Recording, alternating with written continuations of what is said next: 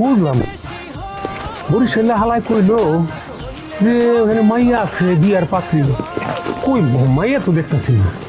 মিঠু ভাই, মিঠু ভাই, এই কে রে? এদিকে আসেন মিঠু ভাই, তাড়াতাড়ি আসেন। এ কি সর্বনাশ, কি ব্যাপার তোমার এই অবস্থা কেন? তোমার ভেঙে রাখছে কেনা? কইতাছি আপনি আগে খুলে দেন।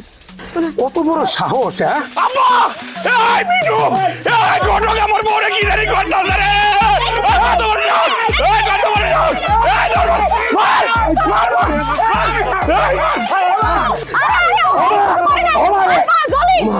মিঠু ভাই কিছু করে নাই তো। তাহলে কি তোমার কি করছে তাড়াতাড়ি খাও ওই বান খুলাগে আলাল খান দুলাল খাবারে তুই লানছে।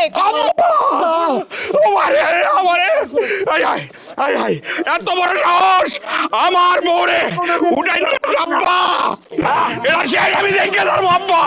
ঠিক আছে আলাল কই? আলালের পোলা কই? ওরা আহে না কেন? তারা আসবে না। কেন আসবে না? আসবে না মানে আসবে না।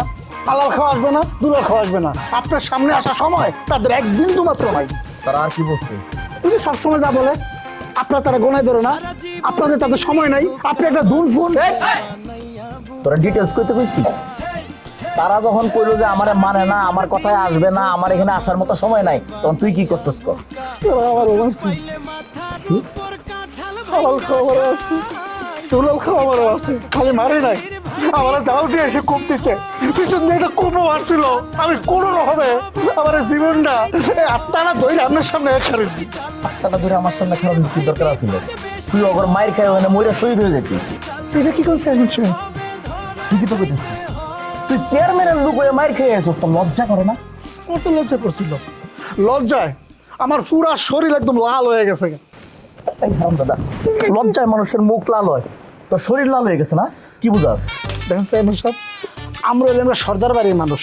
সর্দার বাড়ির মানুষগুলো যখন লজ্জা পায় তখন তাকে মুখ লাল হয় না, তাকে সারা শরীর লাল হয়ে যায়।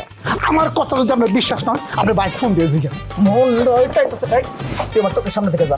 কালকে সকালের আগে যদি আমার চোখের সামনে পড়বি, তোরা কিন্তু আমি তোরা গুলি করে মারা বসো। আপনি ঘরে নিতে না, কেমন যাইবেন? যাইবি তুই এখান থেকে? বুঝা কইতেছেন তো? আমার কথা কর। ছাগলের বাচ্চা ছাগল, আলাল ছাগলের লজ্জায় সারা শরীর লাল হয়ে যায়। আমার কি বুঝাস তুই?